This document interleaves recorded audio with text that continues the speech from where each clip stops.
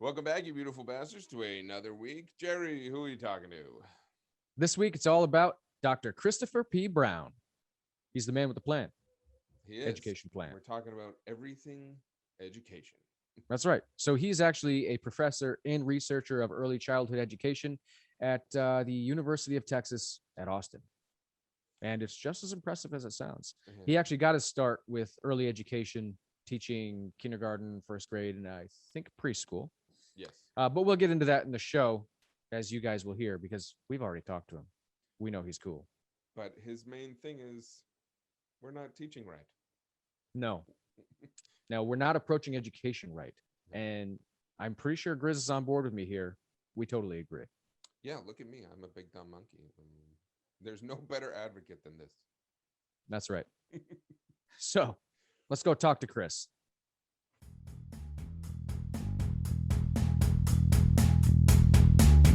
What is happening, you beautiful bastards?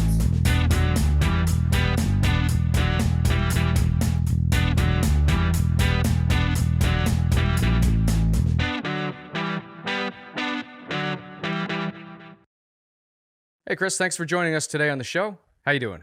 I'm doing great, and it's a pleasure to be here with you all today.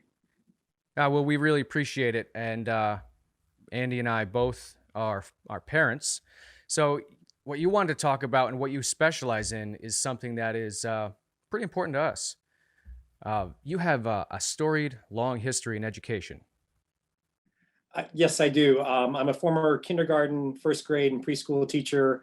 I'm currently a professor at the University of Texas at Austin in the Department of Educational Leadership and Policy. I'm also a parent of 3 children who have participated in public education all their lives. I actually have one in college now. It's in a public institution as well. So I've been in this game for quite some time now. And you've taught in several different states, right? Yes, I have. I did my teaching certification in New Mexico, moved to Maryland, taught first grade there. That's where my wife, who's a physical therapist who works with young children, was born and raised. And then we moved to Virginia, and I taught kindergarten there outside of Charlottesville. And from there, I decided to go back and get my PhD at the University of Wisconsin in Madison. And then that led me here to Austin, where I'm a professor at UT. How did you find schools varied? Because you literally went from one end of the country to the other. I think the thing that varies the most is the communities that you're working in. I was teaching primarily in the late 90s across these different states. And while there wasn't a national curriculum per se, most every grade level does pretty similar stuff where kids learn to read, learn their mathematics and things of that nature. What you see differences is in the communities, what they emphasize, what they want their children to be participating in, the way things are talked about, the different histories they're learning within those environments. I know you all are both former teachers as well. And I think we see that kids across the country do similar things at similar times when it comes to academics. We weren't former teachers. I think what Jerry was saying before is schooling, public schooling wise. Oh, yeah. That's okay. I was confused. I'm sorry. My fault. No worries. Okay. I just didn't want you to think that we were that, in tune with what you were doing. Now, I don't know about you, Jerry, but for me, one of the big things, so I grew up in Massachusetts, and one of the big things that they had been testing when I was going through high school was a thing called MCAS, which was their standardized testing for mostly math.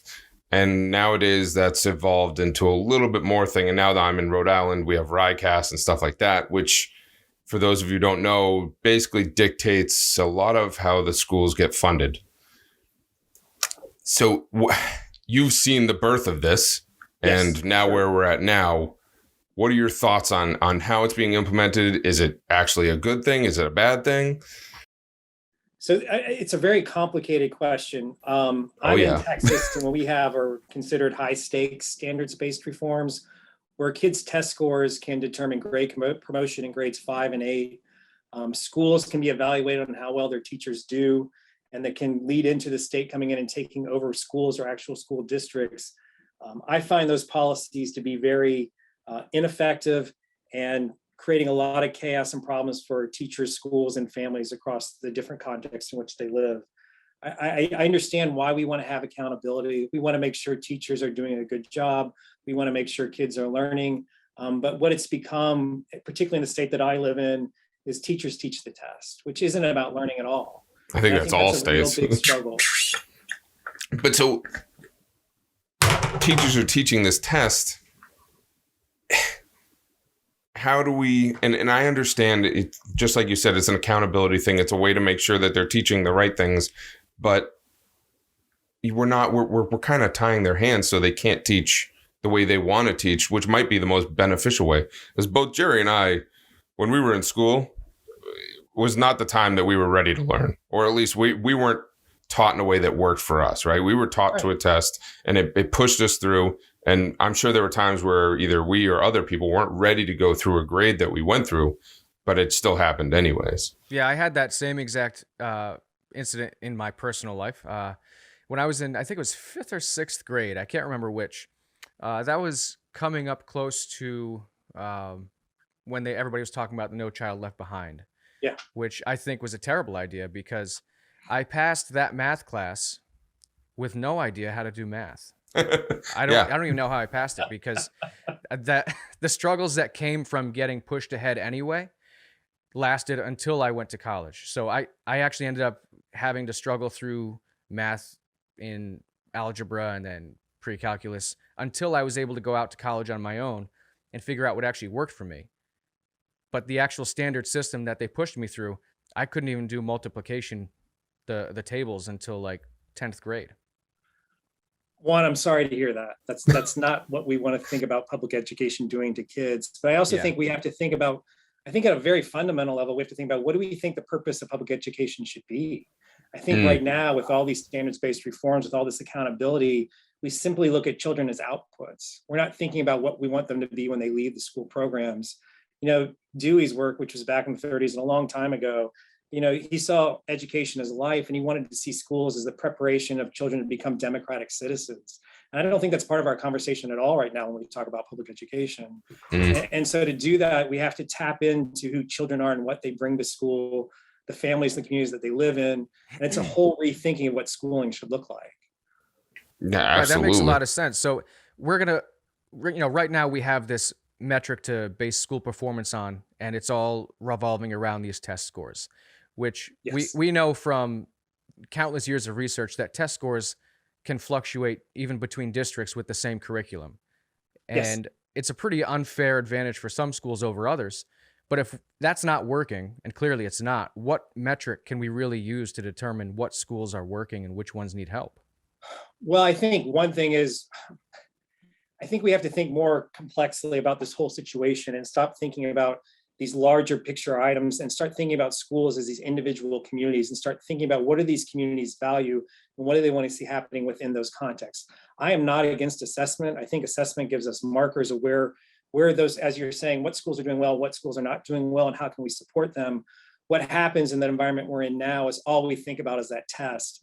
And if we were to go into schools and talk to families, talk to teachers, talk to administrators, they're going to have very different goals and expectations within, one city or one state. And we have to be comfortable with that. I mean, if we're really going to create a democratic society, we have to create an environment where we feel like there's going to be differences and we're okay with that. So that's a very different way of thinking about what public education is all about. I do think we need to have some markers in place to ensure kids are learning. I don't disagree with that at all. And states have tried to do this in different ways to make the test less of the emphasis of what's happening in classrooms. I think to do these things, though, we have to see real systemic changes, and that's really hard to do. One, because it costs money. Two, because no one likes change. Change is so hard, and people don't want to do that. And so when it becomes hard, what we do is revert back to what we already know.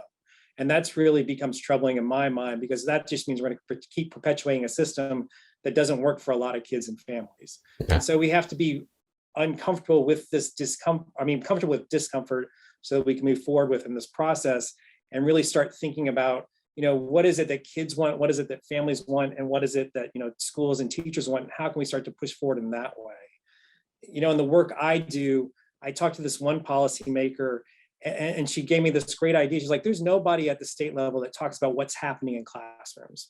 All we talk about is what we're putting into them and what's coming out of them. And so how can we start thinking about what is happening on a daily basis, where we're creating environments where kids and families and teachers, they're engaged, they feel successful, and they want to move forward. And if we can create that type of environment, I think a lot of the issues that come up might be able to move forward and be solved. Yeah, I was hoping that this year, or this past 2 years now, really, of schooling would have been kind of like that, that jump start to everything to make them realize what's going wrong, how can we change things. But I almost feel like we've gone in the wrong direction. Now it's like, even, I know some places had in schooling, some places that were all remote, but even when my kids went in school, they were still doing the same damn things if they were in remote. So how is that any better other than the fact that you're in a social environment? And even more so, it makes me wonder, a lot of kids probably should have redone these past 2 years, right? They probably didn't pick up much of anything. They might have maintained, maybe, but I'm betting a lot regressed. And we just pushed them through 2 grades. You know what I'm saying? Like, I hear exactly this is going to be bad. Like, where are they going to be when they graduate high school? Or if they even make it to that point, because they're going to be suffering so bad when they get there. I think a couple of things need to happen. I think one, we have to recognize that children learned a lot the past 2 years. It may not be academically what we want them to learn. That's true. They learned a lot more than we ever had at their age in terms of capabilities and skills and knowledge to deal with the international pandemic.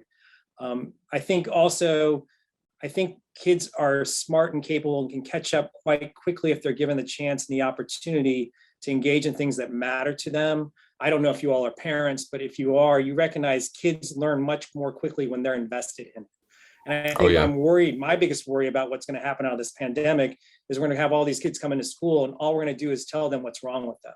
And this is how we have to fix them. And they're just going to see themselves as failures within this process, rather than thinking about all the things that they did successfully over the past 2 years to manage this craziness that we all just lived through. And how can we build off that as teachers, as schools, as communities to help support them so that they can move forward. It's going to depend. It's going to be different in every community. It's going to be different across families. It's going to be a big struggle. And I think, are we willing to take on that challenge and build from where kids are? Are we just going to simply say, we need to fix you, and this is what we need to do to fix you? Yeah. Now, you can go, Jerry. All right. So do you know, kind of as the pandemic is winding down, and whether the pandemic, the virus is better or not, we're kind of pushing everything back to normal. Do you think that there's a certain age group or maybe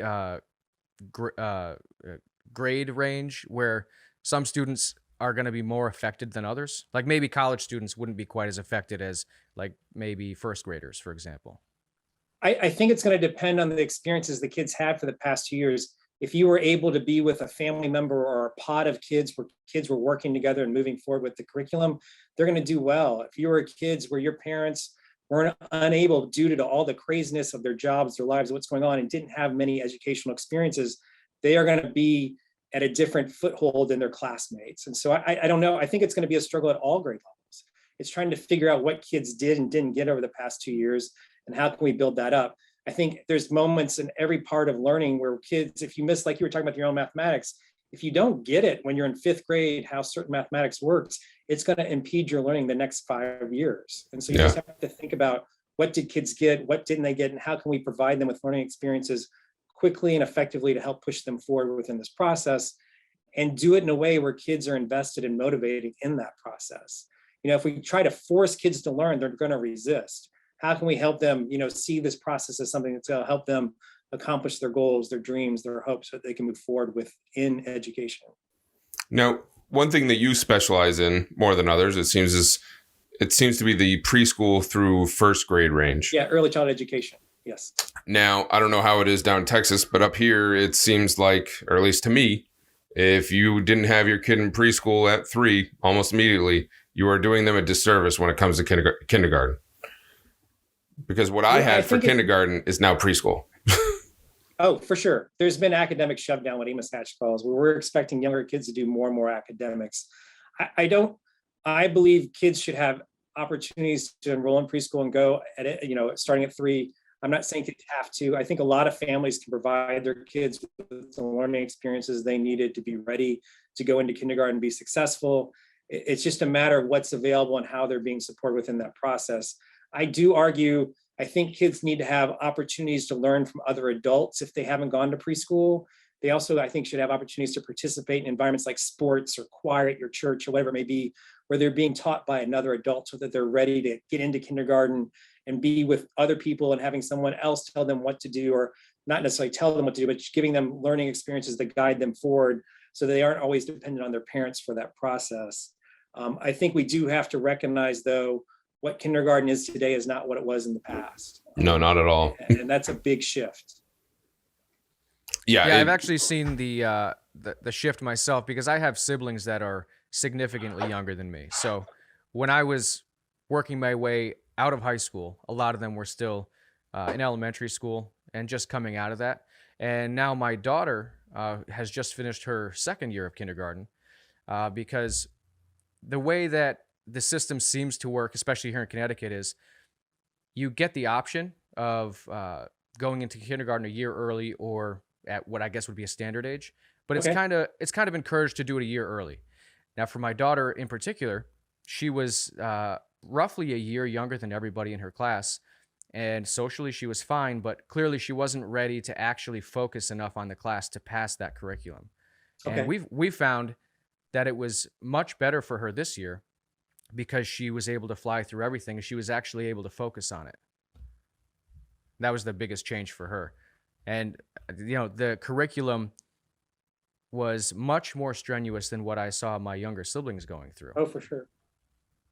No, I think there's no easy answer to what you're proposing here. I think, yes, the curriculum has changed dramatically. I have 3 daughters that are 5 years apart. And what my oldest went through kindergarten, what my youngest went through kindergarten, were 2 very different experiences. Mm-hmm. The expectations for reading were different. The expectations for mathematics were different. However, my youngest was a young kindergartner. And she did really well within the environment. It was where she needed to be, and she's moved forward quite well in school. I think every kid's different. And I think as parents, we have to recognize, and you have to recognize, that you know your kids best. And so you need to make the decision that you think is best for your child. And so I'm not going to advocate for one thing or the other. I think it's up to you as a parent trying to empower your kids to help them be successful in school. And the research on this is all over the place. Kids who go in older sometimes outperform, but usually that levels out by the time they get into 2nd grade. And there's also research showing kids who go in younger learn and gain more than during kindergarten than their older peers. And again, it all levels out by 1st, 2nd, 3rd grade. So I think it's really a matter of where you think your child is and how do they see themselves as a learner. Now that's a good point, and I wouldn't advocate reducing the level of curriculum, because I think going forward, especially newer generations, they have to know more. They don't really have that option where they could take, maybe 40 years ago you could make a decent living in a manufacturing facility. Everything's going to high tech now, so really the curriculum has to keep shifting up. Yeah, and I think we're also recognizing that kids are much more smart and capable than we recognized in the past. A lot of the research is showing us how much kids can do if they're engaged, if they're motivated, and if they want to learn. They can accomplish amazing things, which I'm sure you're seeing with your own young children. But that's where you get back into that whole we're teaching towards the test thing. Yes. If you're going to tie a teacher's hands and say, hey, this is what you need to teach, which fine, it's towards a curriculum they're probably going to be teaching anyways. But if you're tying their hands, their heart is not going to be in it as much. I mean, teachers are great. They put in way more than they're paid to do. But you know what I'm saying? Like, it's hard to get someone to learn something they don't want to learn if the teacher's heart isn't in it as well. You know what I'm saying? Yeah, I hear exactly what you're saying. I think it's hard for everybody. And I think that's something, I think for me, I did some research, and I have a book coming out looking at how kindergarten has changed. And I think for me, the way I think about kindergarten, and what I argue basically in the book, is we have to reframe how we think about kindergarten and think about kindergarten as this place where we're trying to expand children's learning. And when you reframe that, what you're doing is you're taking in who the children are, what they bring, you're taking in the perspective of the teacher, what he or she brings within that environment, and you're pushing everybody forward rather than simply seeing your children as this thing where we have to put this information into them, as Freire called the banking model, and they have to perform at a certain level when they leave. We need to think about, well, where kids are, how can we support them, and how can we motivate them to move forward? And most kids, if they feel like they can accomplish what we're asking them to do, if they feel like they're cared and supported for, and they feel like they're doing it in a place where they can accomplish this task, they'll do it. But as you're saying, teachers are in a place where they're being told to do certain things without even having any input in it. So it diminishes their own motivation within that context. And kids can read that. Kids Absolutely. are so smart emotionally and socially, they can read what's going on. So if they're in a place where a teacher's stressed out, they're going to be stressed out. So how can we reframe that dynamic where everybody feels like they're invested, they feel comfortable, and they know that they want to move forward in that context? And I think in some ways that really that's a larger conversation, is how are we thinking about public education? It's not a positive conversation usually in the national perspective. And we have to really reframe the way we talk about those things. Because if you talk to parents, if you talk to families, they want their kids to be in good schools. And that should be, we need to be, how can we do that together? Rather than thinking about, how this is what schools have to do. More of how can we build and work here and move forward in a place where everybody's engaged and working in a way that helps everyone feel successful. And what's the title of your book? It's called Resisting the Kindergarten, Restoring Joy to Early Learning. It's coming out at the end of the month in Teachers College Press. Okay. So in your book, do you propose maybe some potential solutions or actions that even on the parent level, the individual parent level, what we can do to start making this change? I propose a lot of stuff. I think at the parent level, it's one, I think, and I have a different book where I talk about kindergarten readiness, and that's a different conversation. I don't want to, promote books on this show. What I want to do is promote, having teachers, parents, and kids having successful experiences in school. Right. So for families, I think one is to recognize, your child better than anyone. So you need to be your child's biggest advocate. So two, you also have to recognize that entering school is a new thing and the transition can be difficult. But if you're supportive to kids, encouraging and always there and have their back, they can have a really positive entry into school and ways to move forward. Another thing families can do is to reach out to teachers and schools and let them know that they're there to be allies. And how can we work together to help kids be successful in the classroom? So much of the conversations that typically happen between schools and parents is negative. And so if you start from the beginning on a really positive way and positive direction, I think that can move things forward in a more, in a better way so that everyone can be successful. I also think as parents, you have to recognize kindergarten has changed. And it's a place, as you were talking about, where kids need to have some basic understanding of different academic concepts, but they also have to be social, emotionally ready. They have to be independent in some way so that they can take care of themselves but they also have to be good community members. They have to learn how to get along with other people. And that's what public education really does. It shows us how to get along with people that are different from us. So how can we support and nurture that as families so kids feel more successful in that environment? And if kids are having a struggle or if they're not feeling comfortable or not feeling safe, it's okay to speak up for your child, but do it in a way that's proactive rather than reactive. So thinking about how do you talk to a teacher? Because if you're going to go in, guns a-blazing into a classroom, no one's going to want to support you.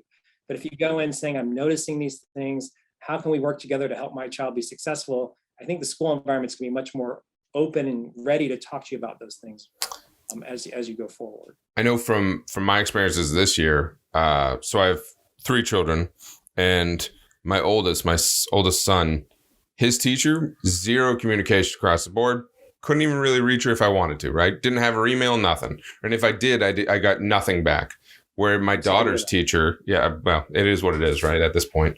But my daughter's teacher was like, hey, we're going to do a Zoom right off the bat. Here's my email. Here's all this other information if you need to contact me for anything. And so you already had a basis of communication starting off the year. You knew where everything stood. You knew what she demanded, which she should.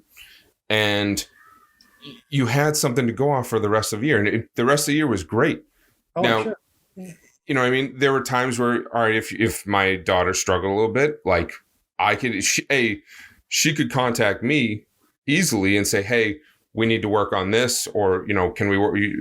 What's happening? Is she's getting distracted in the background? And so it was a supportive environment to where we could make things happen. Unfortunately, that didn't happen with my oldest son. I felt with him, because of the environment we had with the pandemic and everything, it felt like with his teacher, it was just I throw my hands up, this year is done. You know what I mean? No, I mean, sadly, that probably happened way too often throughout the country. But again, so it's these teachers not being supported enough to do what needs to be done. And you see so many times nowadays, like people are like, well, you can always do private school. Private school is ridiculously expensive. And why do we have to get to the point where people can't afford the right schooling for their kids? Right? It's a support program where we should be nurturing our kids to become great citizens. Yes. Not just pumping them out with a base of knowledge that they might not have. So I think you raise a couple of really difficult but important points in that anecdote. I think one, it's hard to blame the teacher of your son. I don't know the situation. I don't know. I don't. I was just giving an example. But I think it happened a lot. And so there's a leadership issue there at the school. Why isn't the principal checking in and making sure teachers are reaching out to families and having that contact? I think that, that there is a responsibility there at the leadership level. So that's something I would think about, maybe next time reaching out to the principal, not to get the teacher in trouble, but just saying, I'd like to have an open line of communication. What can we do to do that? But I also think a lot of parents are putting their kids to school, just being like, here, take them. And I want you to be the parent too. Like, I don't want to have to deal with whatever is going on. And I'm sure there's a lot of that. There is. And I think, this past 2 years were a unique situation where people were under stress they've never experienced before in their life. So I can't answer for that. But I think if you want your kids to be successful in school, you have to be a part of their education. I think there are those kids that can thrive and succeed without adult supervision or engagement. But honestly, parents want their kids to succeed, so you need to be a part of that process. Schools don't always want that. They can make it very uncomfortable for families, but I think if you're persistent and you're doing what's best for your child, they'll be more receptive and open to that. I also think it's such a difficult situation when you're talking about this idea of private education. We really need to make serious investments in public education, and we're real hesitant to do that. I live in Texas, and funding is always an issue on everything. And so I don't know, as a society, we need to think about what do we value and what do we care for. Unfortunately, kids don't vote. They don't have a say in this process. And so that's really frustrating too. But as parents, we need to be their bigger advocates. And when I say that, it's not just parents, but community members, looking across the people we interact with on a daily basis and talking about why our children's public education is important and how can we support that. And that's one of the big things is, what could you put money into that would have a better, end growth than education? And a lot of the problems with those struggles that you're talking about with talking to schools, like my kids have IEPs, and several of them do. A lot of it, they're fighting you because of the funding. They don't have the funding to do what's necessary. And you're sitting there like, how do we not have funding to help? My youngest son's autistic. How do we not have funding for that? You know what I mean? Like this, it blows my mind. Like this is your child's education. This is exactly pushing back into the country in, 10 plus years or so. We should be putting as much into this as we can, but it's never that way. And education is so very rarely a part of the political conversation. So I think one thing as parents or as your listeners, speak up. I mean, we need to talk more about this and get out there and let other families know, let teachers know, let schools know that we want to support them. What can we do? I think, so much of the conversation is focused on these way extreme ideas, and education gets pushed to the side. The needs of children and families get pushed to the side. And so I think we really need to try to bring those back into the political conversation and be advocates for those things. We usually don't interact or engage until it's too late. Until things are cut, until things have disappeared, and there's nothing you can do at that point. Yeah, we're looking for the outcry. I think when it comes to public education in particular, I don't want to blame anybody because it's kind of a group effort. But one thing that I really believe in is taking personal responsibility for the situation that you're in.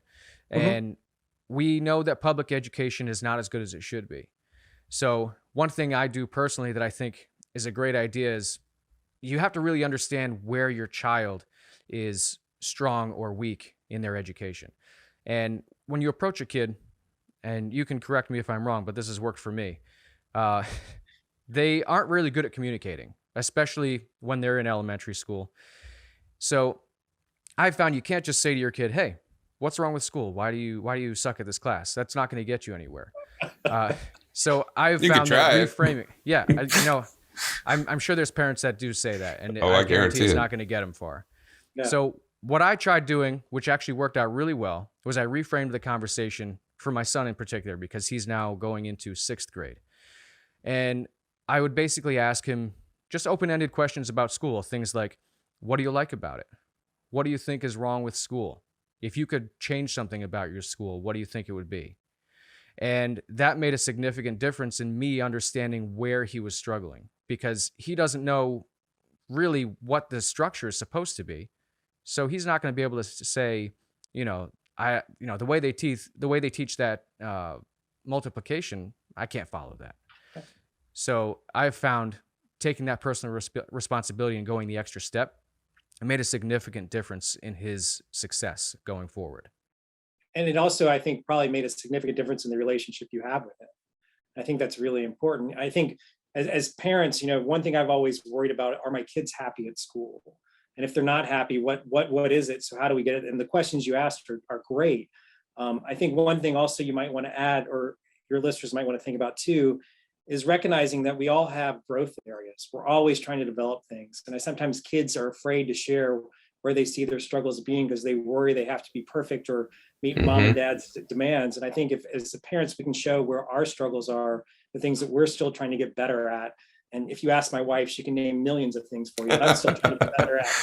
I think that really helps in the conversation, though, making mistakes, showing your failures, and letting kids know it's okay to fail. The issue, as you said, with personal is accepting that, seeing what you did wrong and learning from it and moving forward. I mean, that's such a great learning experience for kids. If they realize we're going to make mistakes, I'm going to always have things I need to work on, but that's okay. They're going to want to be more engaged in their own learning process within there. So I think all those things you're doing sound terrific. And those are all questions we should be having with, not only our kids, but also our partners. And so just trying to move forward so that we're all happy within this environment. Yeah. And actually, Grizz, what's Chris's last name from the, I think it's Chris. We've had so many guests now. I'm wondering where you're going here. Military Veteran Dad podcast. Oh, that was Ben. Ben Chloe. Oh, sorry, Ben. Sorry. They all get lost. Anyway, Ben Killoy. There's a lot of people. One thing that he mentioned that it kind of extends into your connection with your child in particular, not necessarily their education, but sure. I actually started taking this piece of advice from him. At the end of the day, he always makes time, especially during the school year, to ask his kids, one at a time, I believe he was doing that, how was school today? And not just like, did you learn anything? Because kids are always going to tell you no. They never learn anything from their perspective. Yeah, he always did it right before you put him to bed. Yeah, so the focus was on the conversation, and they were free to talk about it however they wanted. And that created a comfort zone where they were okay with saying, this happened at school today, and it didn't go well. Yeah. And then I'm sure he's talked about it, also extending that, if they ask for advice, provide it, but sometimes just listening is enough. And it really helps support them through that process. Yeah, one of his things was, it was huge for his daughter. She had something happen at school, and she could, and I don't think it was necessarily him talking to them about school, it was just their day. But she could get something off her chest about school, and you could see immediately that she was flip of a coin, her attitude had changed for that evening.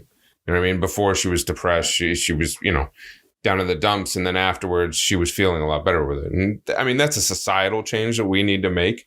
And we definitely do. That's a whole nother topic on schooling and everything else. But but I mean, could you imagine schools being safe places where kids could actually talk about issues like that? I mean, that would be a mind-changing environment.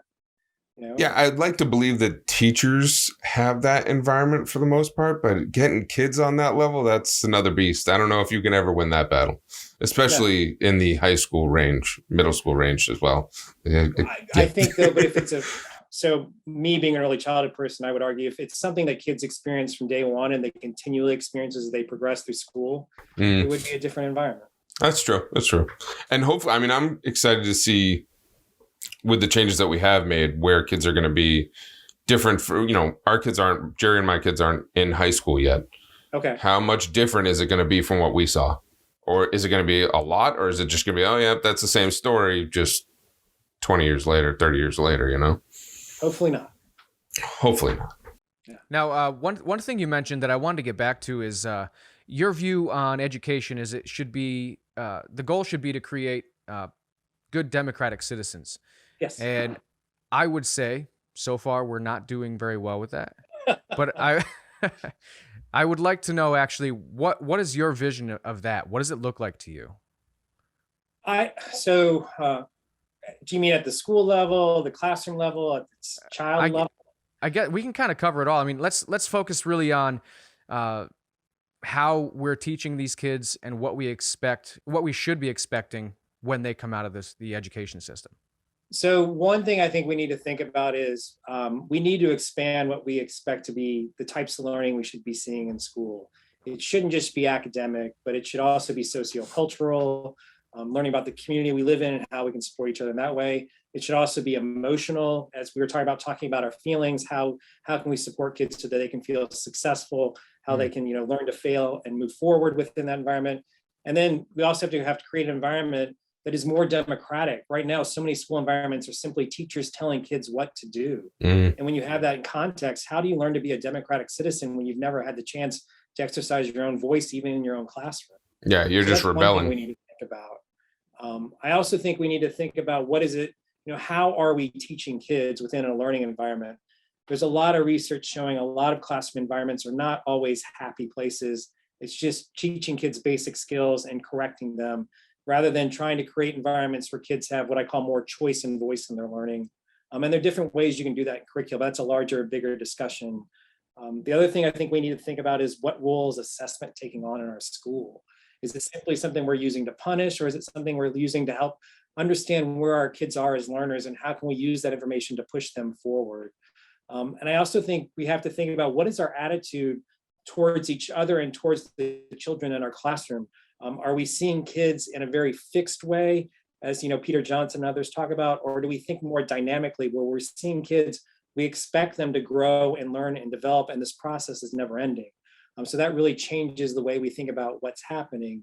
I also think we have to become more uncomfortable with difference. No day should be exactly the same. No teacher should be exactly the same. We've got to move away from this focus on cookie cutter standardization in many ways. And we also have to think about, are we creating learning environments where people want to be there, they feel successful, and they're happy? Do kids see themselves as learners, or do they simply see themselves as people who have to fill in these different blanks and show that they learned specific information? So those are some of the bigger ideas. And then from there, you could break it down in different ways. I think, we have to be uncomfortable with some ambiguity within all this process. And we also have to have some trust in teachers, administrators, school districts. And I think if we can build those things together, it can create a different type of learning environment. Unfortunately, we don't have that right now, particularly for communities of color, low-income communities. A lot of kids are having learning experiences where teachers don't believe they'll do what they're supposed to do. And that's sad. We got to get away from that deficit perspective and think more positively and see kids as being smart and capable who can move forward and learn in very powerful and different ways. And we need to be there to support that and push it forward. I can keep going on and on and on. That's fine. How do you think we start with all this? You know what I mean? Sorry, like, what was that? How do you think we start making this change though? Like, what do people need to do? Because it's a change we need badly. Yeah, like let's say the average parent, right? Yeah. I think Grizz and I fall right into that perfectly. So, what would the average parent want to do, or what can they do, if they want to go and make an actual difference, not just in their own child's life, but in the entire school system? What's the best thing for us to do? Well, I think there's many different things. One, become engaged in the process. Think about, from a policymaker perspective, who are you voting for and why? School boards get elected, House and state representatives get elected, national, all those things happen. So one, when you're voting, are you thinking about public education within that process? Two, become engaged within your school community. Find out what's available and see how you can participate. I'm not saying you have to go to every back to school night for your kids, but talk to your kid's teacher and how can you see you can be engaged in that way. Actually talk to the principal, see what his or her vision is of the schooling. Is it something you believe in? Talk to your community members and see about what is you want to be taking place within this environment. 3, be your child's biggest advocate. I think parents sometimes think, like, as you all mentioned before, we're sending kids to school, it's their responsibility, it's no longer mine. No, you have to be there all the way through. And you have to be a part of that process. There's so many different things that are happening, and this is the hardest thing, is it takes time, it takes commitment, and we all are short on that. And the pandemic made it even more stressful and giving us less time and less opportunity to engage with each other. So how can we think about re-engaging and being a part of that process? And I think lastly, you have to be determined. You are going to have setbacks. Your kid is going to have setbacks. Are you going to let that push you out, or are you going to stay engaged and move forward from there? This is something I've been passionate about for the past 30 years. I'm going to keep being passionate about it. It's going to take a long time to change what's happening, but the more parents are engaged, the more they're speaking up, and the more they're not just speaking for their child, but speaking for the entire community. I think that's where real change can happen. I think sometimes parents get so focused on their own kid because we're parents. We want our kids to be successful. I totally get that. But it shouldn't be just a positive environment for my child. It should be a positive environment for all children. So that's one way to start thinking about this process. Yeah, definitely. I mean, with everything you're talking about, it reminds me, going back to, especially when we were talking about the cookie cutter teaching. If you think back, and I think everyone has this, right? If you went through school, everyone had that teacher that they remember, and God knows how long you've been out of school for, but I guarantee that he, her, whatever, they weren't cookie cutter at all. I guarantee they were the difference, right? We need to go more for that than the stamped and steel, like everyone gets the same damn thing. This is great. And there's a lot of research that shows those kids who face severe trauma or face severe obstacles through school, there was that one person who was their ally. And we need to think about how can we create that more. So that's a typical experience for every child. How do we find more allies in their lives that can help push them forward? And it doesn't necessarily have to be in school. It can be a coach. It could be a person affiliated with a religion. It could be a grandparent. It's just trying to find those folks that are sitting there and saying, I believe in you and I know you can do this. And I think everybody should be, as parenting, that should be our number one goal, is pushing that forward with everyone. Absolutely. And I also think that part of that is we need to make it, I think there are a lot of people out there who are great teachers who aren't teaching, because teaching as it is to most of us, why would we want that job? Right? Yeah. You're being told what you need to do. You're dealing with kids that don't want to be there, with parents that don't want to parent. You're getting paid shit. Yep. Why would anyone want that job? We need to change that rhetoric and make it to where we're pushing the best people for that job into that job. But again, I think the problem is you need that, I guess, that firecracker to light.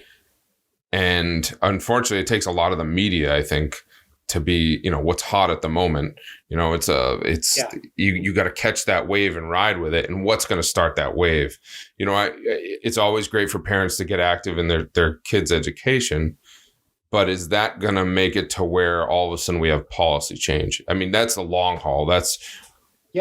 You got to fight, and you're fighting tooth and nail for 20 years to get tiny little changes, which is great. Don't get me wrong. But I feel like we need something to start a wave to where we make changes, big changes sooner.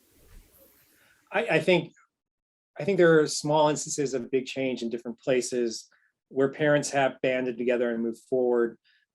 I don't want to give up hope. I think it is the little victories that really matter, and thinking about how in your school are you pushing back against maybe things that you don't think should be happening. If the principal tells you I don't have a choice, the school board's telling me to do this, well, how are the parents getting together and going speaking to the school board? And how is that moving forward? And if it's the school board saying it's the state, well, how are they working together to move forward in the state?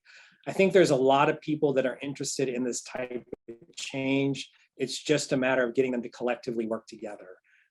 And those empowered like keeping those interests fractured because it makes it easier for them.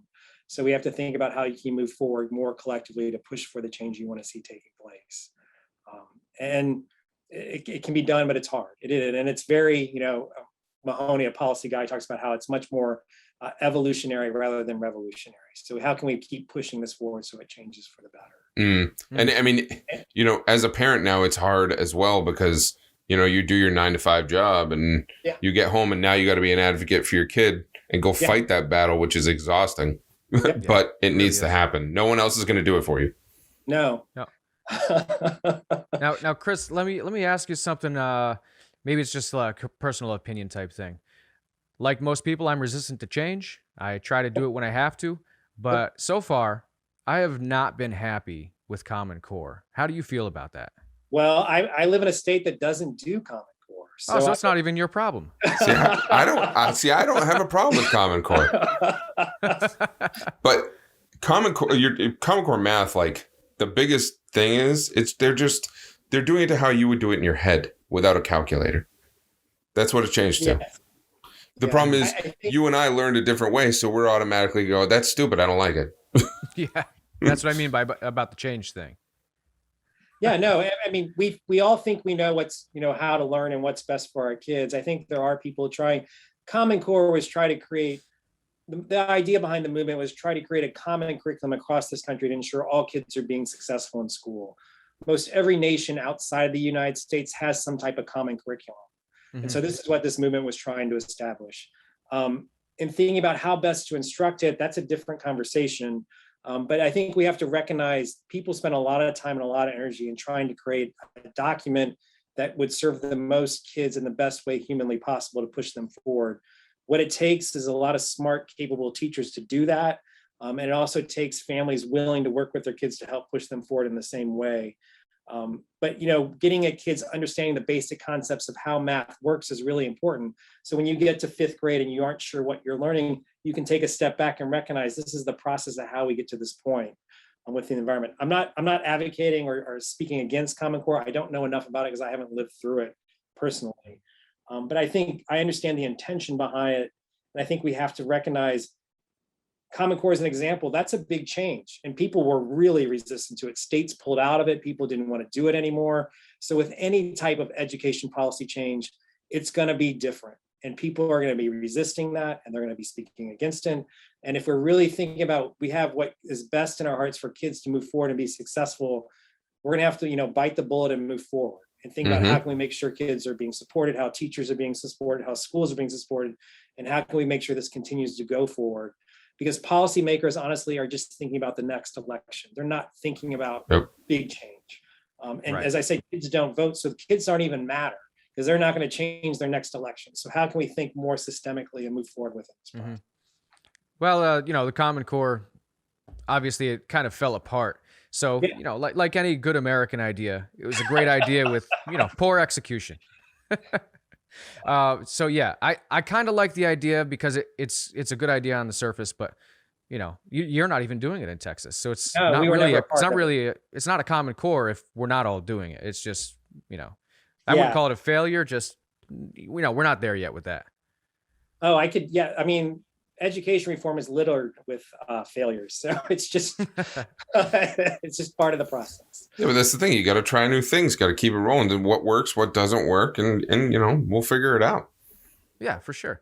And I think we also have to recognize. I think one thing that happens for teachers in particular, teachers who've been in this for a long time, see that you have new policies come in, they get implemented, and then nothing really changes, and they go back to what they were doing in the past.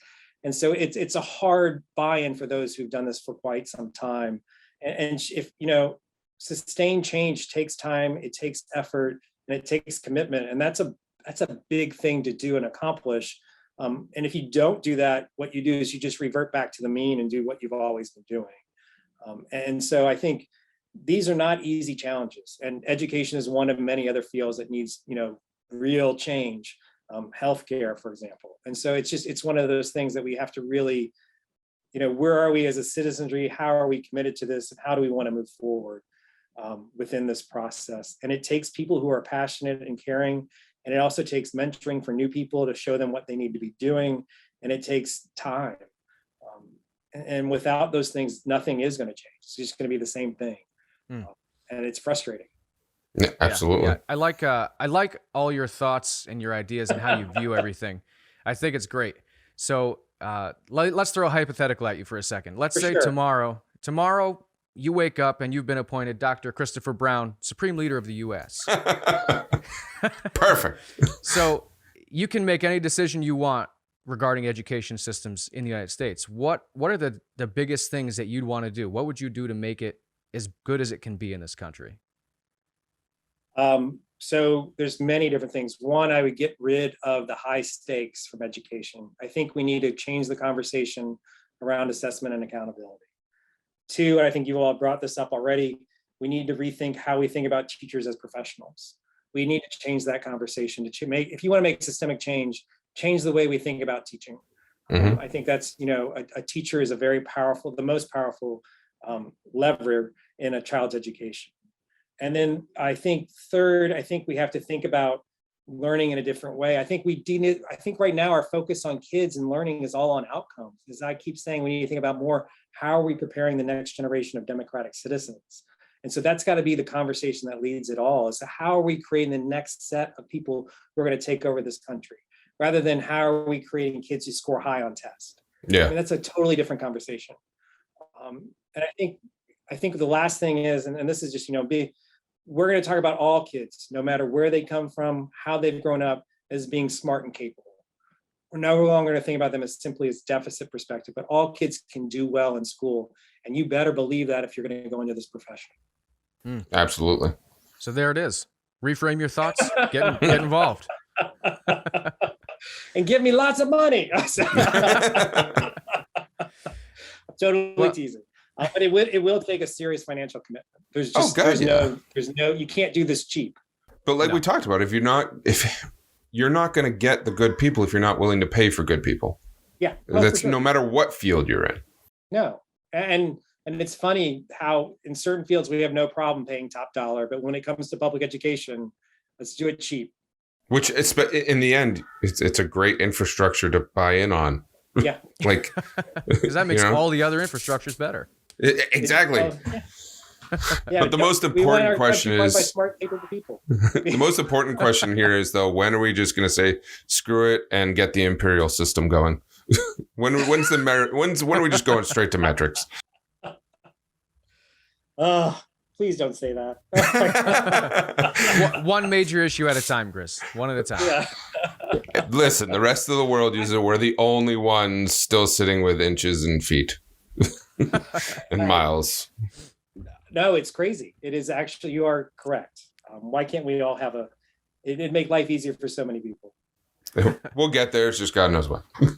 Well, I think that's a fantastic place to end that. We don't want to draw it out, Chris. You'll start to go off track. I will. Well, I already did. I started bringing up the metric system. Yeah, I know you did. So, Chris, thanks for being on the show. We really appreciate it. And it's a great conversation, man. Thanks for being on. Thank you so much for having me here. It was great. It's fun to have these kinds of conversations. They're big conversations and they need to be happening more often. Oh, absolutely. We really think about this stuff a lot and be advocates for it. I totally agree. So can you tell our listeners where they can find you, where they can look at your books and things like that? I have a website. It's Christopher P. My middle name's PierceBrown.com. There's stuff there. I have an Amazon author page. If you type in Christopher Brown, University of Texas at Austin, I come up there. I have a Google Scholar page. I'm kind of all over different places just because of the field I'm in. And you'll find my emails there, and I'm happy to respond to emails. I'm in this. I want to support kids, teachers, and families. I want all kids to be successful in school, and I want to create school environments that people want to be in. I mean, those are all things that really matter to me. Awesome. All right, listeners, check them out, especially if you want to retire in a decent country. Where your kids can afford to take care of you. Exactly.